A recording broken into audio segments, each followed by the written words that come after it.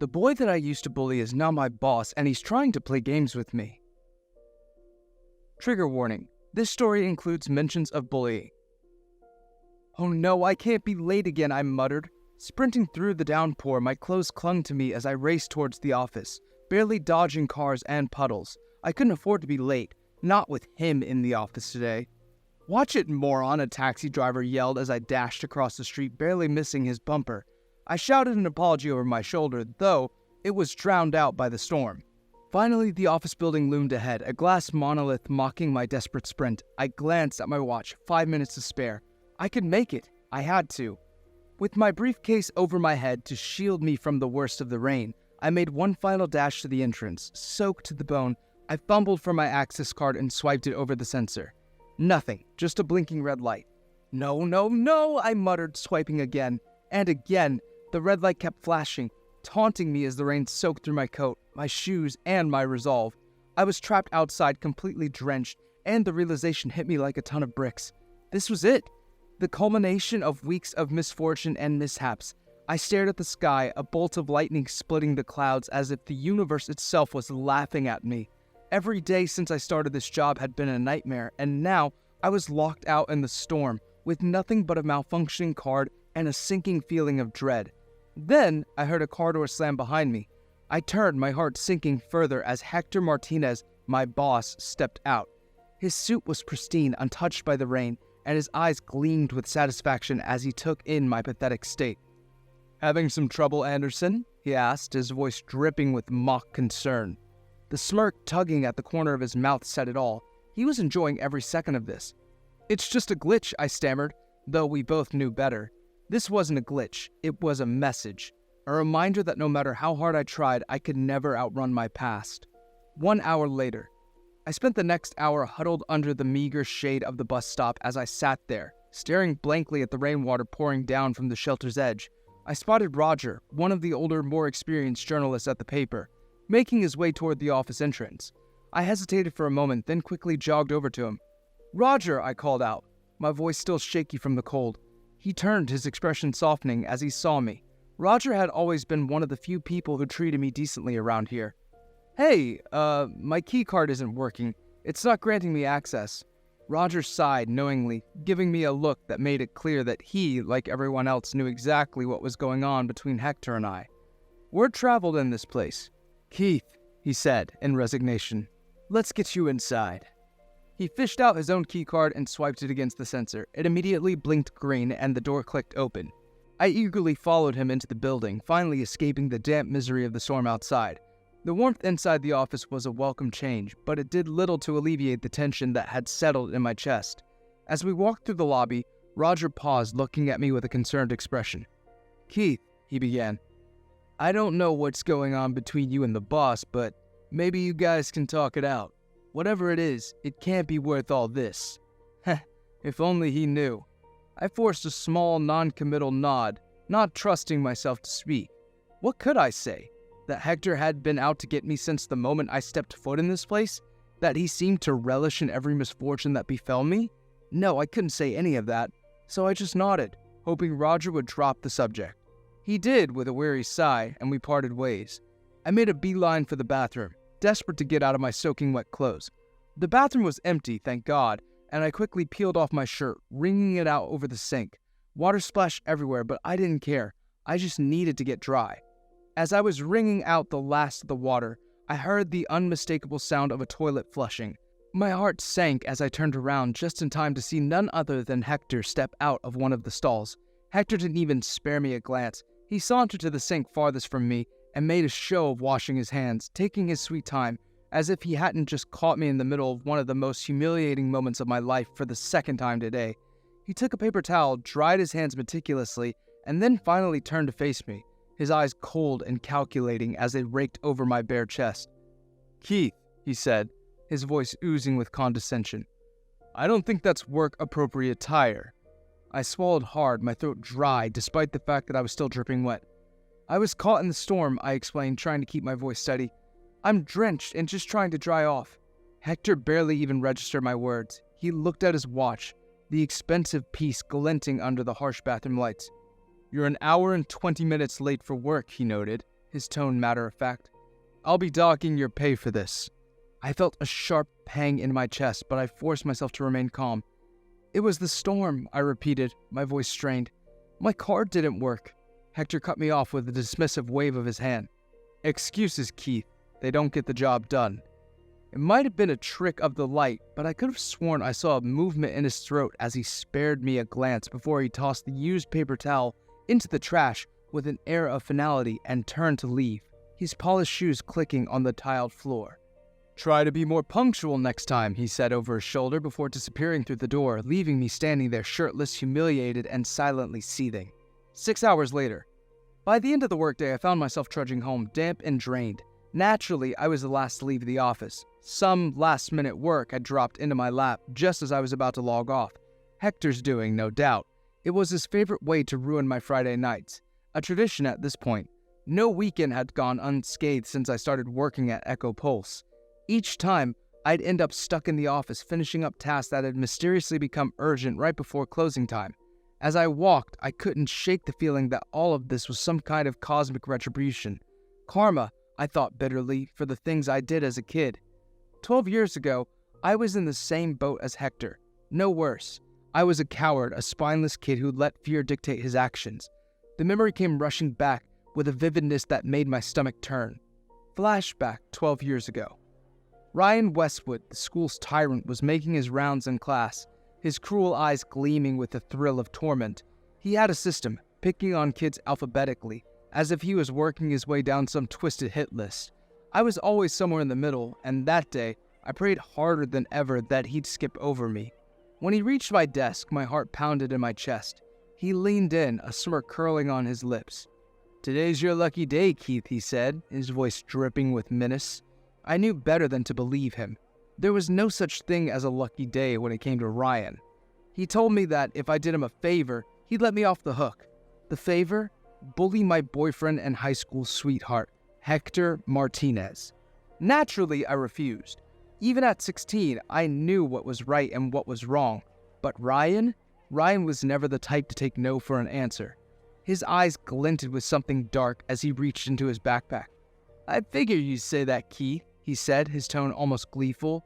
Then, with a slow, deliberate motion, he pulled out a small, trembling bundle of fur. My breath caught in my throat.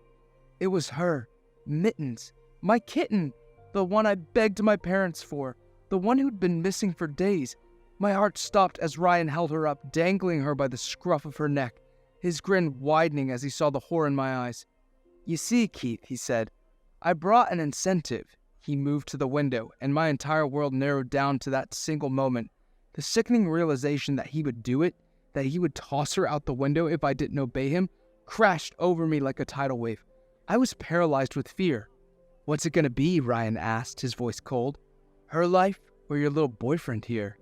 There was no choice. Not really.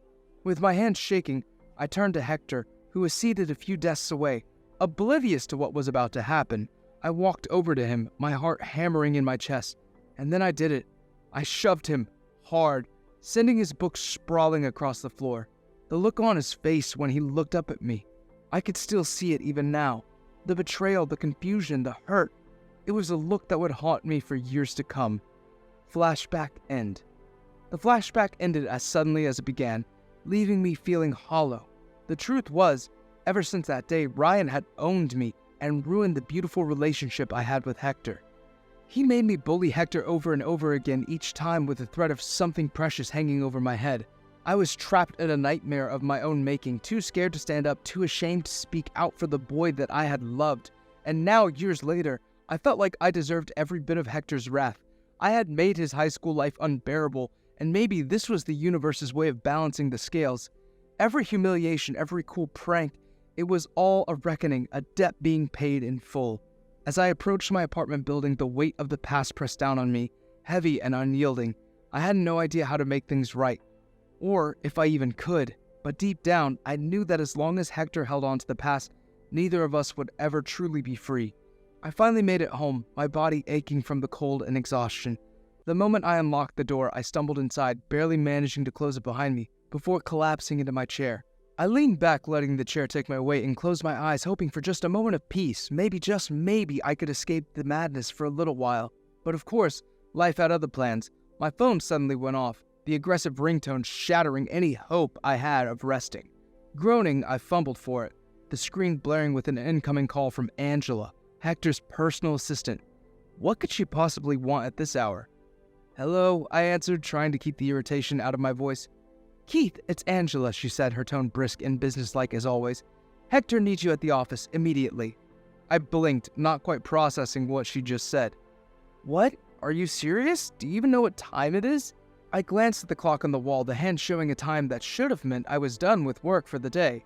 The idea of going back to that place after everything I'd been through was almost too much to bear. "I'm just passing along the message, Keith," Angela replied, her tone flat and unapologetic. "He needs you there, now." And with that, she hung up, leaving me with nothing but a deadline and a sinking feeling in the pit of my stomach. For a moment, I just sat there, the phone still clutched in my hand as frustration brewed. This was unbelievable, absolutely unbelievable. I was too angry to even care about how ridiculous this was. All I could think about was how much I wanted to strangle Hector for this, dragging me back to the office when any sane person would be calling it a night. I grabbed my coat, shoved my feet into my shoes, and stormed out of the apartment, slamming the door behind me. This was going to be a long, miserable night. 20 minutes later, the frown that had hung on my lips throughout the taxi ride back to the office pretty much vanished the moment I got out of the vehicle. Standing in front of the office doors was none other than Hector, looking aloof with his hands in his pockets. The sight of Hector waiting for me at the office was like a punch to the gut. My breath hitched as I took him in, his usual sharp suit replaced by casual wear. His loose shirt clung to his toned arms and chest. The fabric did little to hide the strength beneath. His messy hair suggested he'd left home in a hurry too, which was odd. Hector was never unprepared, never caught off guard, and yet here he was, looking almost normal. No driver, no bodyguard, just him. "I'm here to make sure you don't have another keycard mishap," he sniped, his voice cutting through my thoughts. His tone was sharp, but there was something underneath it, something almost vulnerable. I forced a nod, unable to find my voice, and we rode the elevator up together in awkward silence. The tension was thick, almost suffocating. I could feel his eyes on me, but I kept mine fixed on the numbers ticking above the door, willing the ride to be over. When we finally reached our floor, I made a beeline for my desk, desperate to put some distance between us. But just as I was about to sit down, Hector cleared his throat. "Anderson joined me in my office." I paused, my heart sinking. The last thing I wanted was to be alone with him, but I didn't have much of a choice. I followed him to his office, my mind racing with all the possible reasons he could want to talk to me. When we got there, he shut the door behind us and turned to face me, his expression serious. "I need your insight on an article," he said, his voice surprisingly calm. "It can make or break the company." I blinked, caught off guard. "Why me?" Hector's jaw tightened, and for a moment, he looked almost pained. "Because despite everything that's happened between us, you're a damn good journalist." His words hung in the air, heavy with unspoken meaning. We both knew what he was referring to, the history we shared, the passion that had once burned so brightly between us, the one that I had ruined with my cowardice. We spent the evening working in relative silence. The only sounds were the tapping of keys and the rustling of papers, but every so often I'd catch Hector stealing glances at me, and I couldn't help but remember how things used to be, how we couldn't keep our hands off each other, how we never gave each other any space. It was suffocating, but in a way that felt so good. On some days, I would dream of what it would be like if Ryan never came between us, if we still were a couple, sitting on the last of the seats just so we could hold each other's hands. Hector must have picked up on my thoughts because he suddenly looked up at me and smirked. "Does this take you back?"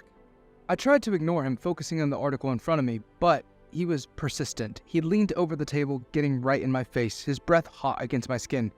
"Keith," he murmured, his voice low and teasing, "doesn't this remind you of—" My frustration peaked. Before I knew what I was doing, I grabbed him by the back of the neck and kissed him hard.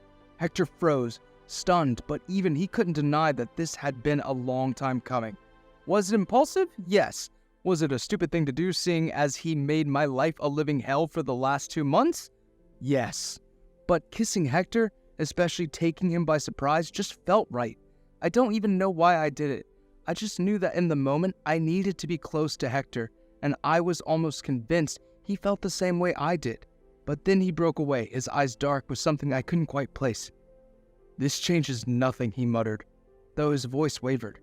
He locked his eyes on mine as he tried to frantically catch his breath, and then surprisingly he inched closer and closer, as though observing me for the first time. He eventually leaned in and kissed me again, softer this time, before pulling away and walking out of the office. "Lock up when you're done," he called over his shoulder, leaving me standing there, breathless and confused. 1 month later. 1 month had passed since my evening encounter with Hector, and now that I had thought about it, I had no business kissing him. These days I found myself thinking about him more often than not. I mean, prior to the kiss, I always thought about him and how I had wronged him, but now, all I could think about was kissing him again. Thankfully, my interaction with him had been pretty much non-existent since the events of that evening, and if I didn't know any better, I would have said he was flustered and avoiding me too, and honestly, it hurt me somewhat. I mean, did that kiss not mean anything to him? Am I the only fool who can't stop thinking about it? But there was a silver lining, cause things had been easier around the office, almost too easy. I couldn't quite put my finger on it, but it was as if a weight had been lifted from my shoulders. The constant tension I'd grown so accustomed to had dissipated, replaced by an unfamiliar sense of calm. There were no more surprise late-night calls, no more pranks, and most importantly, no more locked doors. I'd even started arriving at work on time again, which was a small miracle in itself.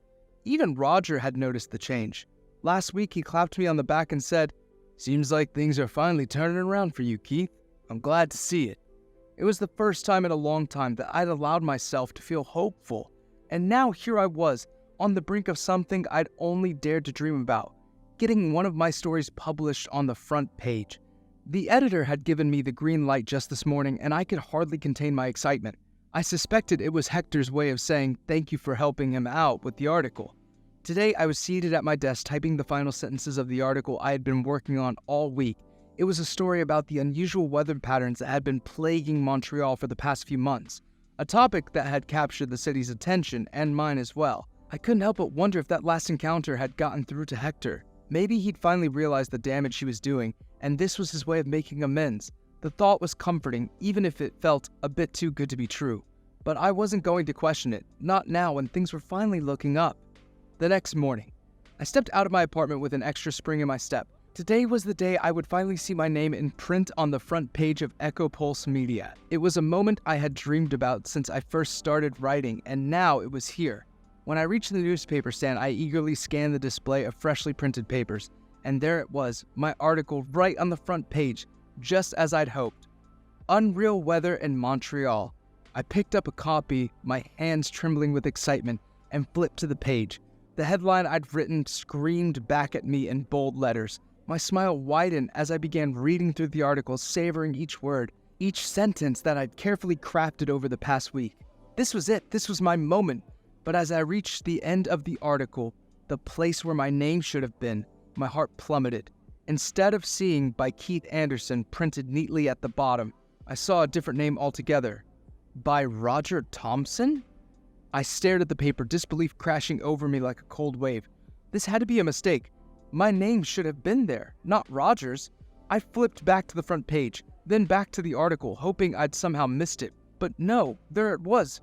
Roger's name in place of mine. The world around me blurred as shock continued to flood my veins. I fumbled for my phone, dialing Hector's number with shaky fingers. He didn't pick up. I called again, no answer. I then moved on to his assistant, but it was pretty much still the same dance. Come on, I muttered, my voice thick with frustration. After the third failed attempt, I dialed Roger. Thankfully, he answered on the second ring. "Keith, listen," Roger began, but I cut him off. "Roger, what the hell happened? My name is gone. They put your name on my article." My words spilled out before I could control them. "Keith, I swear I had no part in this," Roger said, his voice heavy with regret. "I didn't know they were going to do this. I'm sorry, Keith, I really am." But his apology did nothing to quell the burning anger inside me. It felt like everything I worked for had been ripped away in an instant.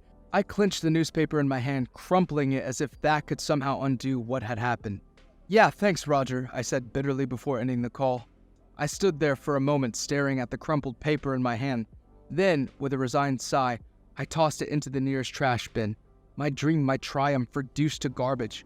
I should have known better than to think one silly moment between Hector and I was going to change anything. The next day I arrived at work with the storm brewing inside me. I was livid, and it showed. I could feel everyone's eyes on me as I stalked through the office, but I didn't care. As I turned the corner towards my desk, I saw it, a small TV crew gathered around Hector's office, cameras rolling as they interviewed him. The same Hector I hadn't seen in over a month, now basking in the limelight, collecting accolades for the article we worked on together. To make matters worse, the article I had single-handedly worked on, the one that could have been my big break, was taken away from me and the credit was given to Roger. My blood boiled. I couldn't believe the nerve of this guy. I stayed up all night perfecting that piece, pouring my heart and soul into it, only for Hector to snatch it away at the last second. And now, here he was playing the hero, the genius, while I was left in the shadows once again. I couldn't take it anymore. Before I knew it, I was marching straight toward him, my anger propelling me forward like a freight train. The cameras turned toward me as I burst into Hector's office, interrupting his interview. "Haven't I suffered enough?" I demanded, my voice shaking with fury. Hector's smirk faltered, and for a split second I saw something like guilt flash across his face. But it was gone just as quickly, replaced by that cold, calculated mask he always wore. "Keith," he started before I cut him off. "All those years ago, we both didn't have a choice," I said, my voice rising.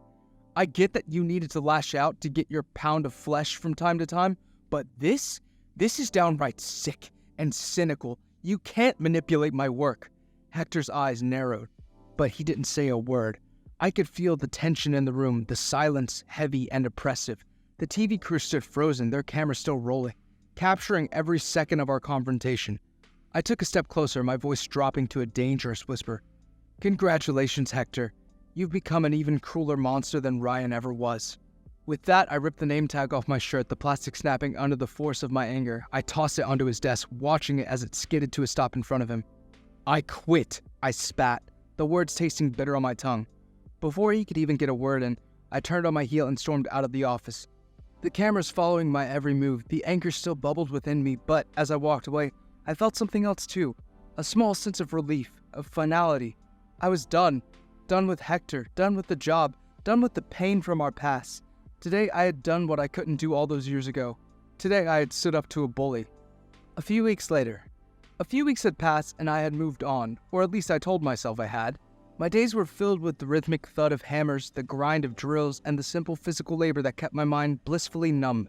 I was working construction now, a far cry from the chaos of Echo Pulse media. It wasn't glamorous, but it was honest and it was far away from Hector. I'd blocked him on everything, social media, calls, even emails. I couldn't risk him worming his way back into my life. I wanted nothing to do with him or that place ever again. The only person I kept in touch with was Roger. He'd been decent through it all, and though our conversations were sporadic, they were a tether to my old life that I wasn't quite ready to cut. One day, while I was on a break, my phone buzzed in my pocket. Wiping the sweat off my brow, I pulled it out to see Roger's name on the screen. I hesitated before answering. Part of me wanted to ignore it, but I couldn't do that to him. After a few pleasantries, he got to the thing he called me for. "Listen, I was thinking, how about we grab a drink tonight, catch up properly?" I wasn't exactly thrilled at the idea. The last thing I wanted was to rehash the past, but Roger was persistent, and eventually I found myself agreeing. Later that evening, we met up at a quiet bar downtown, the kind of place where the lights are dim, and the music is low, perfect for a conversation that didn't involve shouting over noise. We sat down with our beers, and for the first time in a while, I felt something close to relax. "So," Roger began, after we clinked our glasses, "how's construction treating you?" "It's different," I admitted, taking a sip. "Not as stressful, but it's tough work." "Glad to hear it," Roger said. There was genuine relief in his voice. "I've been worried about you." I shrugged, not wanting to get into it. "I'm fine, really. How's everything at the office?" Roger sighed, rubbing the back of his neck. "Same as always. Busy. It's not the same without you, though." "Better off without me," I muttered, but Roger shook his head. "No, Keith, it's not." We talked a bit more, mostly about nothing. The kind of small talk that fills the gaps when there's too much unsaid. But as we finished our drinks, Roger's phone buzzed. He glanced at it, and then his expression shifted, almost like he was bracing himself. "Keith," he said slowly, "there's one more thing I need to apologize for." I frowned, confused. "What do you mean?" "That would be me." The voice that spoke those words is one I'd hoped never to hear again. My heart dropped into my stomach as I turned to see Hector standing there, his expression unreadable. I stiffened, every instinct screaming at me to leave, to get out of there before I let him back into my life. But Roger reached out, his hand on my arm silently pleading with me to stay. "Please, Keith," Roger said quietly. "Just hear him out." I didn't want to. God, I didn't want to, but something in Roger's eyes made me pause. I sat back down, my jaw clenched, and I looked away from Hector, focusing on the table instead. Hector sat to my left, trapping me between him and Roger. The tension was palpable, making it hard to breathe. "I know I'm the last person you want to see," Hector began, his voice softer than usual. "But I need to say some things." I stayed silent, staring at the table. Hector sighed and pressed on. "I've thought a lot since you've left, about high school and everything that happened, and how it turned me into something that I never wanted to be." He hesitated, choosing his words carefully. "Back in school, I cried myself to sleep more times than I can count. I begged my parents not to send me back, but they didn't listen.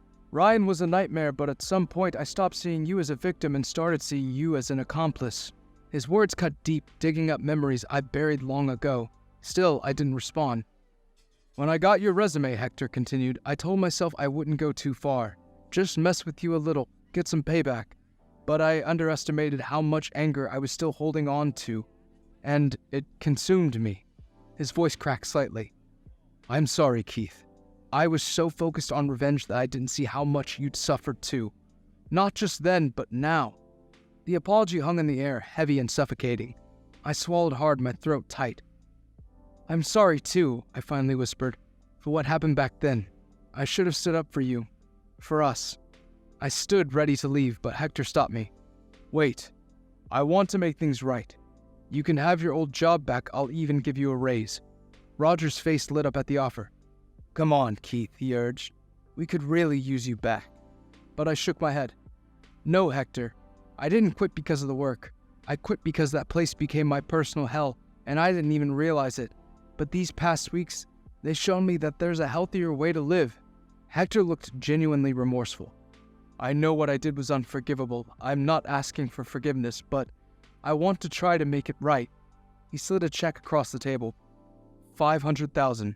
Leave the construction work behind. I can't live with myself knowing you're doing manual labor because of me." I stared at the check and then pocketed it. "Thank you," I said quietly, "but it still feels like Ryan is screwing with us."